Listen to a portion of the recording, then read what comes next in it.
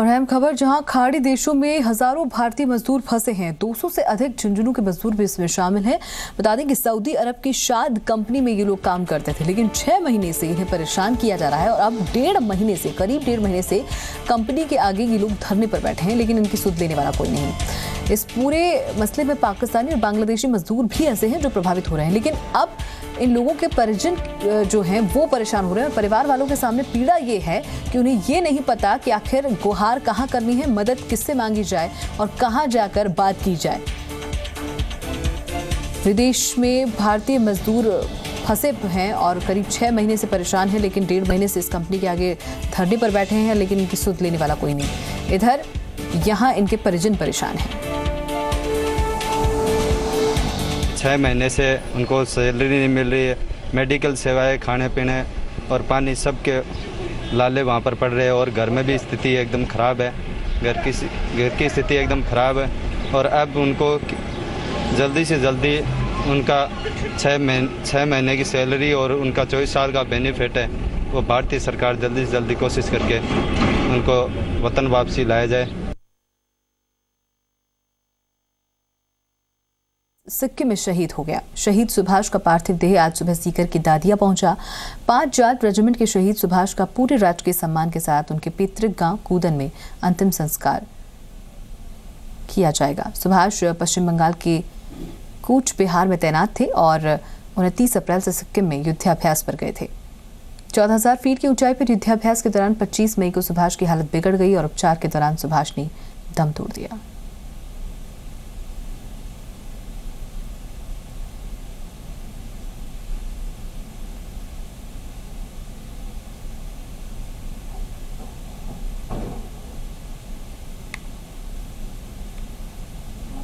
खबर सादुल शहर से, जहां खूनी संघर्ष में एक व्यक्ति की मौत हो गई। इस मामले में 2 लोग गंभीर रूप से घायल भी हुए हैं। एक घायल शख्स को बीकानेर रेफर तक करना पड़ा है।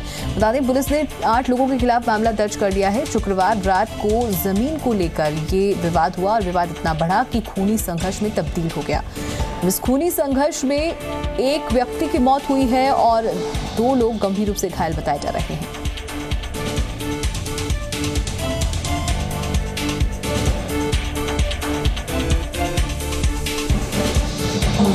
एक आदमी का जो मर्डर हुआ है रात को, उसमें अरेस्ट किया कर रहे हैं। अभी धीरे धीरे राउंड अप किया हुआ है, पूछताछ जारी, जैसी खबर होगी आपको बता देंगे।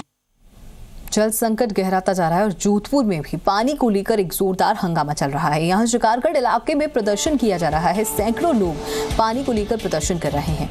बताएं कि लोगों का कहना है कि पानी के टैंकर मंगवाकर इनको गुजारा करना पड़ रहा है और अब पीएचईडी, जेडी और बिल्डर पर धोखाधड़ी का आरोप लगा रहे हैं। प्रदर्शन के लिए पहुंचे हैं और लोगों का कहना है कि लगातार इन्हें इधर से उधर चक्कर काटने पड़ते हैं, लेकिन किसी तरह से किसी भी जगह से कोई जवाब नहीं मिलता। पीएचईडी, जेडी और बिल्डर तीनों ने इनके साथ धोखाधड़ी की, क्योंकि जब ये जेडी के पास पहुंचते हैं तो इन्हें पीएचईडी भेज दिया जाता है, पीएचईडी के पास पहुंचते हैं तो इन्हें बिल्डर का हवाला दिया जाता है और बिल्डर के पास पहुंचते हैं तो फिर से इन्हें जेडी जाने की बात कही जाती है। ऐसे में ये लोग पानी के टैंकर मंगवाकर अपना गुजारा कर रहे हैं और परेशान हैं। तस्वीरें देखी कि महिलाएं, बच्चे सभी सड़कों पर उतर आए हैं। पानी को लेकर सैकड़ों लोगों ने प्रदर्शन किया। हम अगर पानी के लिए पीएचडी के पास जाते हैं तो पीएचडी वाला बोलता है कि जेडीए के पास जाओ। जेडीए के पास जाते हैं तो बोलता है कि हम नहीं करेंगे, तो बिल्डर करेगा। और बिल्डर के पास जाते हैं तो बोला कि मैंने जेडीए में पैसे जमा कराए हुए हैं। तो हम एक तरह से फुटबॉल बने हुए हैं। हमको नहीं पता है कि कौन सा सिस्टम पानी देगा। हम सारे सिस्टम को नॉक कर चुके हैं। जोधपुर से खबर, जहां महात्मा गांधी अस्पताल में एक जोरदार धमाका हुआ और शॉर्ट सर्किट के चलते इस धमाके के बाद बिजली के बोर्ड में अचानक आग लग गई। हालांकि आग लगने से अफरा तफरी मची, किसी तरह से जनहानि नहीं हुई, लेकिन एक बड़ा हादसा होते होते टला। फिलहाल इस अस्पताल में बिजली के बोर्ड में आग लगने की वजह से पूरी बिजली व्यवस्था ठप पड़ी है। अंधेरे में मरीज परेशान हो रहे हैं। सुबह करीब 5 बजे अचानक से शॉर्ट सर्किट हुआ, जोरदार धमाका हुआ और उसके बाद उसमें आग लग गई। ये महात्मा गांधी के फीमेल वार्ड में, महात्मा गांधी अस्पताल के फीमेल वार्ड में अचानक आग लगी। हालांकि जो लोग वहां मौजूद थे उन्होंने इन महिलाओं को अन्य जगहों पर शिफ्ट कर दिया, दूसरे वार्ड पर शिफ्ट कर दिया, लेकिन धमाका होने वाली जगह के नीचे भी कुछ मरीज सो रहे थे। गनीमत ये रही कि किसी को भी किसी तरह का नुकसान नहीं हुआ। एक बड़ा नुकसान अस्पताल प्रशासन को जरूर हुआ, जिस तरह से बिजली व्यवस्था ठप पड़ी है।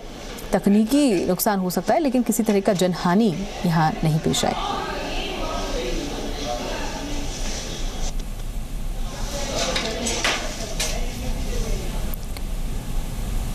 पाली से खबर, जहां एक सड़क हादसे में 2 लोगों की मौत हो गई है, एक व्यक्ति के घायल होने की खबर है। यहां एक अज्ञात ट्रोले ने 2 लोगों को कुचल दिया।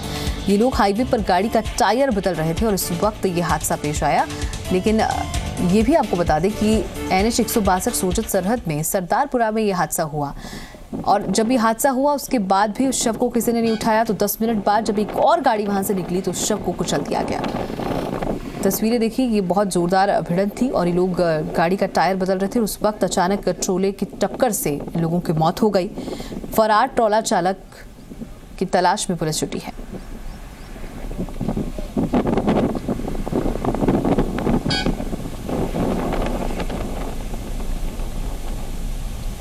बहरोड के रीको औद्योगिक क्षेत्र में 20 लाख रुपए खर्च कर उद्योगों से निकलने वाले पानी के इस्तेमाल का संयंत्र तो लगा दिया गया, लेकिन अधिकारियों की लापरवाही की वजह से टैंक और नालियों में गंदा पानी भरना बंद नहीं हुआ। गंदे पानी के भराव से उठती सड़ांध से आसपास के लोगों का जीना मुहाल हो गया है। उद्योगों से निकले पानी के लिए रीको ने टैंक और नालियां तो बना दी, पेड़ और पौधे भी लगा दिए, लेकिन कुछ ही दिनों में पेड़ पौधों के आसपास भी गंदे पानी का भराव शुरू हो गया।